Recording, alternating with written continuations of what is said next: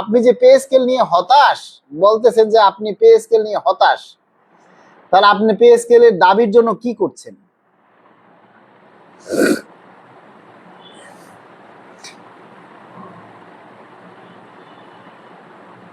দৈনিক বার্তা ঘর লেখছে মানুষ মরে যাক। মরে যাবে না, করবে কি? যে মানুষগুলো মরে যাচ্ছে সে মানুষগুলো করতেছে কি বলেন? বলেন, আমাদের পে স্কেলের সুবিধা ভোগ করবে 22 লাখ কর্মচারী। এর মধ্যে 1 লক্ষ কর্মচারী যদি সবাই তার জনমত তৈরি করে যে আগামী আগস্ট মাসের মধ্যে আমরা পে স্কেলের গেজেট চাই, যদি 1 লক্ষ কর্মচারী 1 লক্ষ কর্মচারী যদি আগামী আগস্ট মাসে পে স্কেলের দ্রুত গেজেট চায়, তাহলে সরকারের গেজেট না দিয়ে উপায় নেই। কিন্তু 1 লক্ষ কর্মচারী কি আছে? বলেন, আমাদের 1 লক্ষ কর্মচারী কি আছে? আমাদের কর্মচারী সরকারি পে স্কেলের দাবি চায় এরকম কর্মচারী 500ও নাই, 500 1000ও নাই। 20 লক্ষ মানুষ পে স্কেলের সুবিধা ভোগ করবে, কিন্তু একটা প্রোগ্রাম গেলে 2000 মানুষ আসে না। সরকারের দোষ দিয়ে লাভ কি বলেন?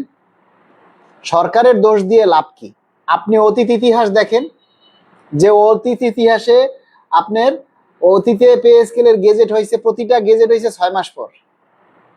অতীতের প্রতিটা গেজেট হয়েছে 6 মাস পর। তাহলে এই গেজেট, এই পে স্কেলের গেজেটের জন্য আমরা এখনই কেন পাগল হইলাম?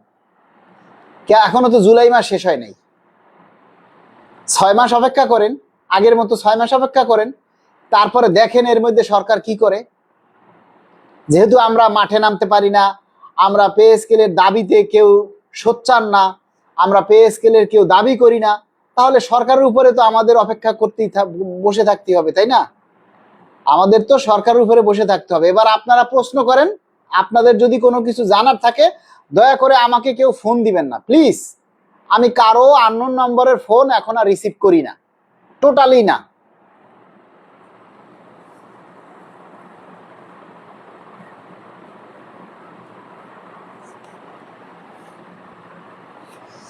আগামী 7ই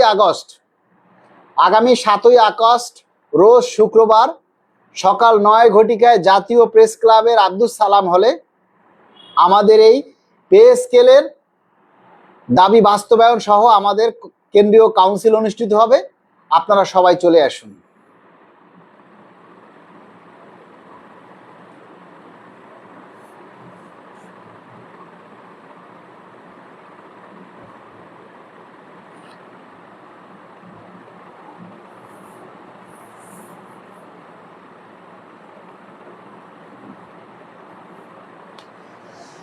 আপনাদের একটা কথা মনে রাখতে হবে যে 2015 সালে পে স্কেল সরকার গেজেট করে বন্ধ করে দিছে। 2015 সালে সরকার গেজেট করে পে স্কেল বন্ধ করে দিছে। সেই পে স্কেলের যে পে কমিশন গঠন হইল, এটা আমাদের আন্দোলনের ফলেই হয়েছে। বিভিন্ন সংগঠন, বিভিন্ন নেতাদের আন্দোলনের কারণেই সেই কিন্তু পে কমিশন গঠন হয়েছে। সেই পে কমিশন গঠন হওয়ার পর আজকে আমাদের এই পে স্কেলের চূড়ান্ত পর্যায়ে চলে এসেছে। এখন আমরা 7 বছর অপেক্ষা করছি, আর 2 মাস অপেক্ষা করতে পারতেছি না। এটাই হলো আমাদের সমস্যা। 11 বছর আমরা অপেক্ষা করছি, 11 বছর আমরা অপেক্ষা করছি, কিন্তু আমরা কেউ আর 2-3টা মাস অপেক্ষা করতে পারতেছি না।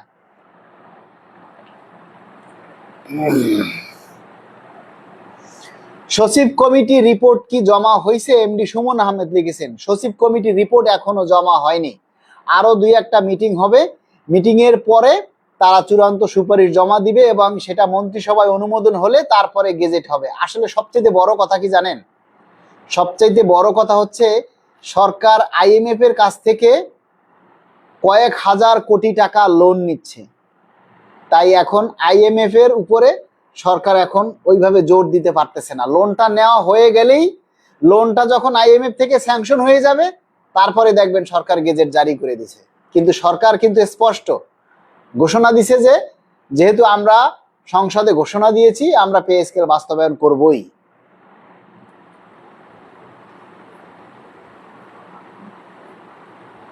সোহান খান লিখেছেন, আসসালামু আলাইকুম মালিক ভাই, আমি একজন সেনা সদস্য, তো আমার কথা হলো, আমি যে টাকা বেতন পাই, আমার চাকরি হলো 10-11 বছর, এটা দিয়ে আমার 2টা বাচ্চা, আমি চলতে পারি না, পড়াশোনার খরচ চালাতে পারি না। তো এটা তো সবারই একই অবস্থা। 15 সালে যা লিখেছে তার তো কিছুই করা হয় নাই, খালি বন্ধের কথা বলেন। 15 সালে যে কথাগুলি, সেটা তো আমরা বলছি এক কথাই, যে 15 সালে পে স্কেল গেজেট করে বন্ধ করেছে। 15 সালে আমাদের 3টা টাইম স্কেল কেড়ে নিয়েছে। 15 সালের প্রজ্ঞাপনে বলা হয়েছিল দ্রব্যমূল্যের ঊর্ধ্বগতি হলে বেতনের সাথে সমন্বয় করবে, কিন্তু তারা করেনি, কিছুই করেনি। মোট কথা 15 সালের পে স্কেলটা ছিল আমাদের একটা শনির দশা, আমাদের জীবনের সবচাইতে একটা দুর্ভাগ্যতম পাওয়া হলো 2015 সালের পে স্কেল। যদি 2015 সালের পে স্কেলটা গেজেট করে বন্ধ করা না হতো, তাহলে 2020 সালে আমরা পে স্কেল পেতাম, 2025 সালে আমরা পে স্কেল পেতাম। আর আমরা আমরা আমরা মানে এই পে স্কেলের দাবি সারা বাংলাদেশের মানুষের, কিন্তু দেখেন দাবিটা কয়জনে করে। আইএমএফ পে স্কেলের বাধা দিচ্ছে, কি করা যায়? আইএমএফ ভাই পে স্কেলে বাধা দিচ্ছে না, এটা মিডিয়ার প্রচারিত সংবাদ, এটা মিডিয়ার প্রচারিত সংবাদ। আপনারা মিডিয়ার নিউজগুলি কেউ দেখেন না।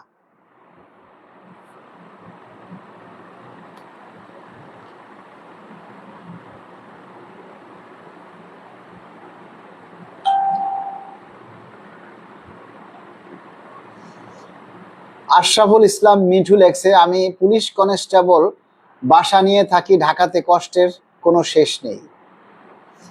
প্রিন্স এ মনির পে স্কেল না হওয়ার সম্ভাবনাই বেশি, ঠিক। ইব্রাহিম ইমন, পে স্কেল না দিলে কঠোর আন্দোলন গড়ে তুলতে হবে, ঠিক। তারা টাকা পাচার করছে, শাহিনুর রহমান লিখেছেন, ঠিক। করার কিছুই নাই, স্বামী বিদেশে, এটাও ঠিক, ঠিক আছে। তারপরে কামরুজ্জামান সিদ্দিক লিখেছেন, প্রতিটি কথার মধ্যে যুক্তি আছে, ঠিক। এমডি রানা লিখেছেন, ইনশাল্লাহ হবে। শুনতে ভালো লাগে না, আচ্ছা, আর বক বক শুনতে ভালো লাগে না, এটাও ঠিক, ঠিক কথাই বলতেছেন। আচ্ছা, বিশ্ব ব্যাংক পদ্মা সেতুতে টাকা দেয়নি, তারপরে কিভাবে শেখ হাসিনা পদ্মা সেতু করলো? মালেক ভাই, শেখ হাসিনা তো এখন নাই, এই জন্য করতে পারছে। আমরা 100% পে স্কেলের প্রজ্ঞাপন চাই এক ধাপে, বিএনপি গভর্নমেন্ট এক ধাপে পে স্কেল দিন, অবশ্যই দিবে, সাংবাদিকদের উপর আল্লাহর গজব পড়ুক, ঠিক। আচ্ছা, এমডি ইকরামুল ইসলাম লিখেছেন, আপনি চুপ করেন ভাই। আমি চুপ করলে কথা বলবে কে? তো লাঙ্গে ভাই, পে স্কেল কি হবে নাকি কে জানে, আল্লাহ ভালো জানে। পে স্কেলের গেজেট চাই, ইনশাআল্লাহ হবে না 100%। এমডি নজরুল ইসলাম, এটাও ঠিক। চাটুকারিতা ছেড়ে বাস্তব সত্য যা পারলে তা উপস্থাপন করেন, আর ভাল লাগে না, এটাও ঠিক। আপনারাই ঠিক, আমি একাই ভুল। আপনারা যা বলবেন ওইটাই ঠিক, ঠিক আছে। আপনারা যেটা বলবেন ওইটাই ঠিক, শুধু আমরাই ভুল, কারণ আমরা পে স্কেল নিয়ে কথা বলি, তো এই জন্য আমরাই ভুল। আপনারা সবাই ঠিক, আপনারা সবাই ঠিক, কারণ আপনারা কেউ পে স্কেলের দাবি নিয়ে কথা বলেন না, খালি নিজেরাই খালি মানে যা ফাল পারেন। পে স্কেলের দাবি নিয়ে নিজেরা কেউই কথা বলেন না, ঠিক আছে। ভাইজান পে স্কেল হবে না, ঠিক। মিডিয়ার মিথ্যা সংবাদের কারণে